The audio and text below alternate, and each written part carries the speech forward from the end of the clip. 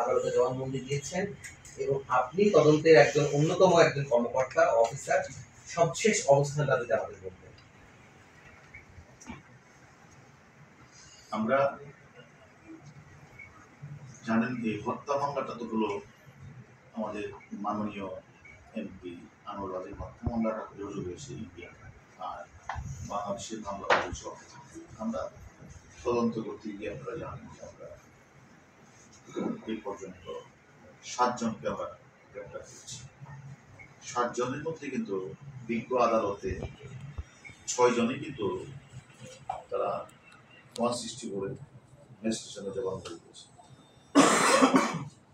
এছাড়া ইন্ডিয়াতেও 2 জন আছে যারা হত্যাকাণ্ডের সাথে সরাসরি জড়িত ছিল। এই পর্যন্ত 9 জন গ্রেপ্তার আছে। এবং আমরা পূর্বে আপনাদেরকে বলেছি যে আমরা অযথা কাউকে টাকাটাই করছি না, হয়রানি করছি। আবার এই ঘটনার সাথে যারা সম্পৃক্ত তাদের কাউকে কিন্তু আমরা ছাড় দিচ্ছি না, যে যত বড় আমরা কাউকে ছাড় দিচ্ছি। আমরা মনে করি মামলাটা আমরা অতি দ্রুত সময়ের মধ্যেই আমরা কিন্তু এদেরকে গ্রেফতার করতে পেরেছি বলে মনে করি। কারণ একটি অন্য দেশে হত্যাকাণ্ডটি ঘটেছে, আমরা বাংলাদেশে বসে আমরা অতি দ্রুততার সহিত, বিশেষ করে সর্বশেষ আপনারা জানেন যে ফটিকছড়ির কালী মন্দির মানে পাতাল কালী মন্দির থেকে আমরা হেলিকপ্টারে অভিযান করে কিন্তু পেয়েছি। অর্থাৎ আমাদের যে তদন্তকারী দল তারা কিন্তু তদন্ত করছে এবং এবং আমি মনে করি আরো অনেক নাম্বার আমরা পেয়েছি। আবার কোনো মাস্টার মাইন্ড তো আপনারা জানেন যে তারা দেশের বাইরে অবস্থান করছে। সবকিছু মিলিয়ে আমরা তদন্ত করছি এবং আমরা ইন্ডিয়ার সাথেও আমরা যোগাযোগ করছি।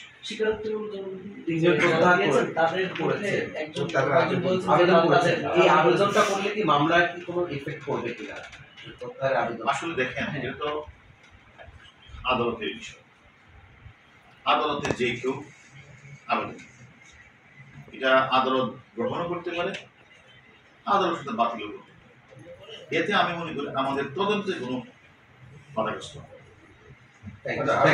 ওই এলাকার রাজনৈতিক সভা-সমাবেশে ওরা হচ্ছে ডিবি থেকে পাওয়া সূত্রে বরাদ্দ বলে যে বক্তব্যগুলো দেয় যে বিভিন্ন এমপি, সাবেক এমপিদের নাম বলছে যে এমপি আনাস সাহেবের হত্যার বিষয়। এই বিষয়গুলোতে আপনারা আসলে দেখেন, আমি তো প্রথমে আপনাদের বলেছি আমাদের তদন্তকারী দল তদন্ত করছি, অবাধ সুষ্ঠু নিরপেক্ষ একটা তদন্ত আমরা করছি। আমরা তদন্তের প্রয়োজন আমরা নেপালও গিয়েছি, তদন্তের প্রয়োজন আমরা ইন্ডিয়াতেও গিয়েছি, বাংলাদেশেও আমরা বিভিন্ন জায়গায় অভিযান পরিচালনা করি। আমরা কিন্তু মানে 7 জনকে গ্রেপ্তার করেছি, এর মধ্যে 6 জন আদালতে 160 করেছি। আমাদের তদন্ত কাজ অব্যাহত আছে। আমরা এটাও দেখেছেন আমরা আদালতের অনুমতি নিয়ে আমরা গ্যাস বউকে নিয়ে আমরা কিন্তু জিনাইদা সেটি পুকুরে আমরা কিন্তু আমরা খুঁজেছি আলামত, সেখানে সে নিজে স্বীকার করেছে, ফেলে দিয়েছে, তাকে সে আমাদের দেখিয়েছে কোথায় ফেলেছে।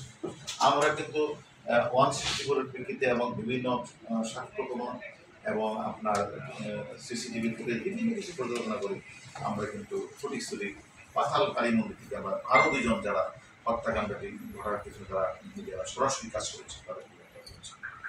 আমার বিষয়টা হচ্ছে তদন্তের প্রয়োজন আমরা যাকে পাবো তাকে আমরা অযোধ্যা পাবো, কাউকে আমরা ফ্যামিলি এখনো যেতে পারেনি কলকাতায়, তো অনেকদিন যাওয়ার কথা।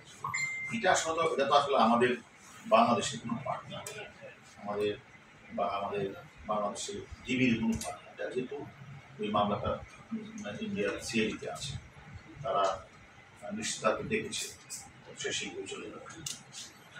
Thank you.